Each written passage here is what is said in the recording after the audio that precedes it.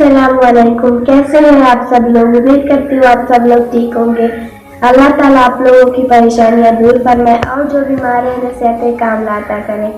आओ चलते हैं आज की हदीस की तरफ। रसूल अकरम सल्लल्लाहु अलैहि वसल्लम ने इरशाद फरमाया, 3 आदमियों की मुकम्मल हिफाजत करना अल्लाह के जिम्मा है।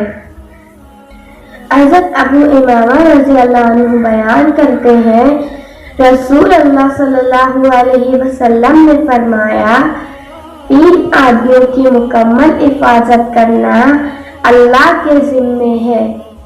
वो आदमी जो अल्लाह की राह में जिहाद के लिए रवाना हो, वो अल्लाह की हिफाजत में है, हत्ता कि अल्लाह उसे फौत करके जन्नत में दाखिल फरमा देगा या उसे हासिल होने वाले हज या माल गनीमत के साथ वापस लौटा देगा।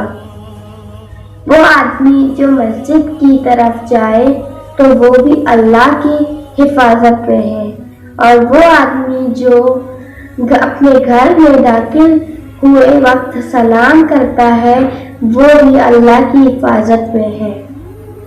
मिलते हैं अगली वीडियो में, तब तक के लिए अल्लाह हाफिज़।